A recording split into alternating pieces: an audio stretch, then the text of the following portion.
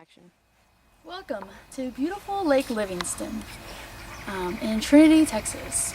Right here is a live and well aquatic community.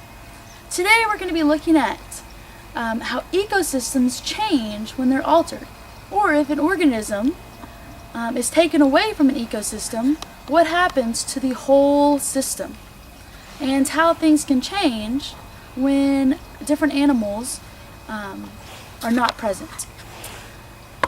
Right back here you can see there are some coots, which is a type of duck, swimming around in this little cove area of the lake, and definitely looking for food this winter day. And a little bit around this line of trees there's a creek, and we have seen back in that creek alligators many times before.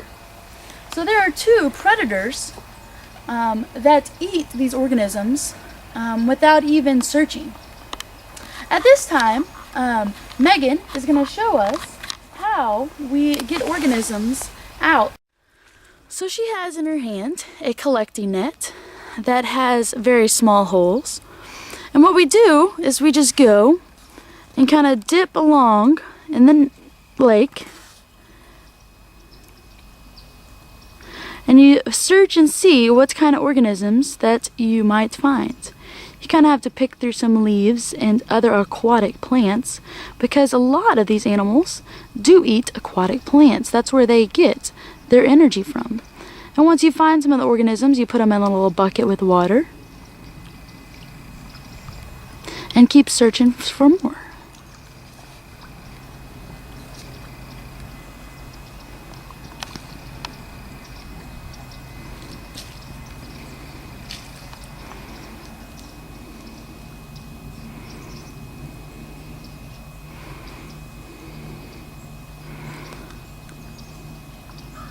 Found a water boatman.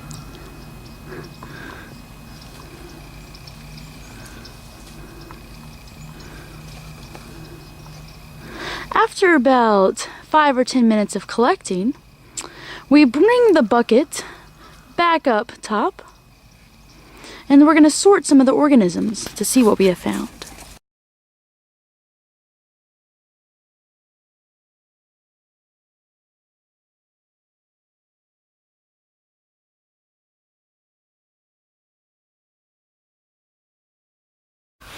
Alright, we have assembled some of the organisms that we caught here in some jars. And what we have here is an aquatic community food pyramid. Down here on the bottom layer is the producers, the organisms that produce their own food. As you can tell from the pictures, we have a leaf, some aquatic plants that grow in the water, some water hyacinth and water lettuce. All of these organisms grow in the water. They get their energy from the sun. And then we have the next layer. We have a scud, a water boatman, a freshwater shrimp, and a snail. All of these organisms eat the aquatic plants. After that, we have a minnow, a dragonfly nymph, and a predaceous diving beetle, a water beetle. All of these organisms eat the first level of consumers. Then we have a turtle and some of the bigger fish. We have a human at the top of our pyramid, but we could also have possibly an alligator if we wanted to leave it a whole aquatic community. Now what we're going to do is we're going to look at some of the organisms that we caught up close. First, in this jar, we have some water mites, a bloodworm, and it's going to look like little specks of sand because they are microscopic. The only way that I saw them is I had them on a white container and saw little movements. So those are some microscopic. Micro means small, so you can barely see them. And then we have our organisms that we noted in the food pyramid. The first one here is a scud, and it is a greenish color from the producers, the plants that it has eaten. And it is swimming over here in the corner. It has tiny little legs.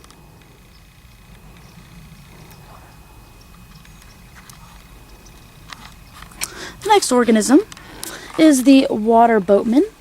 And they're a cool kind of creature. They have two legs that look like paddles, and they swim around with them.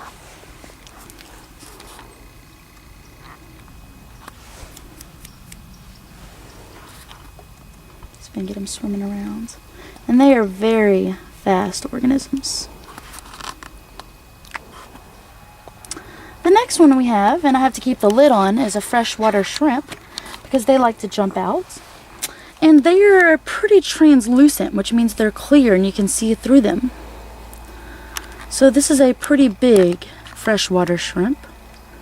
And they swim around and eat some of the aquatic plants.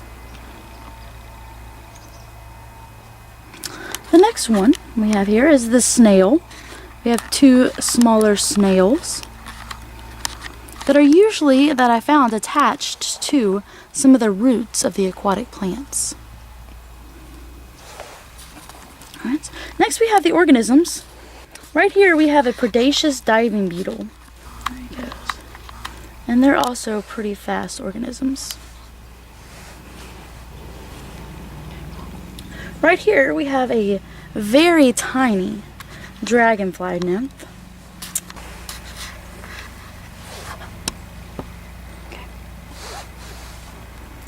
And then last, we have some minnows, which are small fish. So these organisms are then eaten by the turtles, the bigger fish, and we also have some herons, which are birds that like to stand in the water. And they can eat some of the bigger fish. They do also eat some of these smaller fish like the minnows. And that is the first step of our food web. Now, these minnows do not just eat the things that are below it. And this is where the food web comes in. These minnows can eat any of the things that we have shown you. The scuds, the water boatmen, the snails, and the water mites. They might also eat a damselfly nymph. So, not one organism doesn't eat just one thing like in a food chain. They're all connected.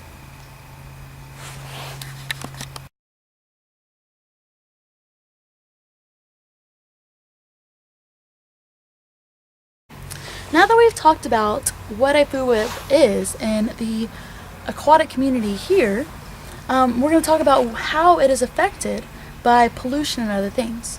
As you can tell, right now at the lake, there are not very many aquatic plants. The cold weather has killed a lot of them away. And a lot of the trees as well. So, there are other factors that can affect it. Pollution can kill off plants and organisms. So we're going to start with, what if some of those plants are killed off? So I'm going to take out a couple of the bottom layer. As you can tell, there are not quite enough aquatic plants for this layer already. And then if we take out the scud and the snail,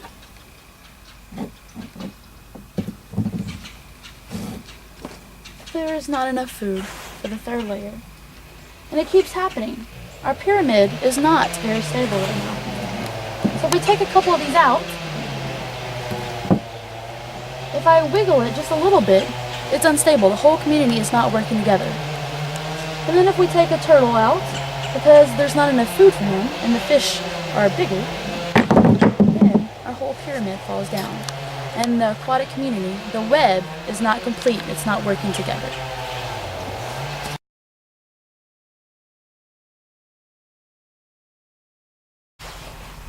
Okay, we're gonna talk about a few scenarios. What would happen to the food web? The first scenario I want you to turn to your partner and talk about is, one day there were a lot of waves. It was really windy, and a boat was going along right out here, and the boat overturned and gas was spilled all along in this little cove area. What might happen to some of the aquatic organisms?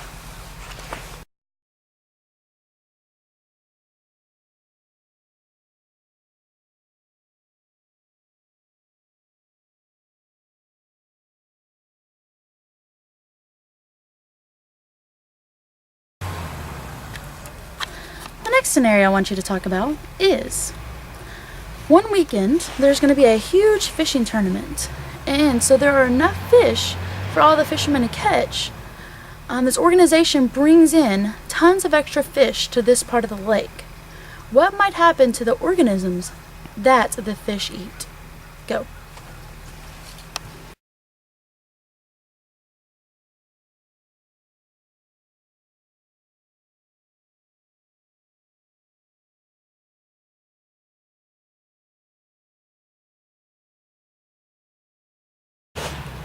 I hope you have enjoyed your time here at Lake Livingston and learned more about a food web and how it's all interconnected.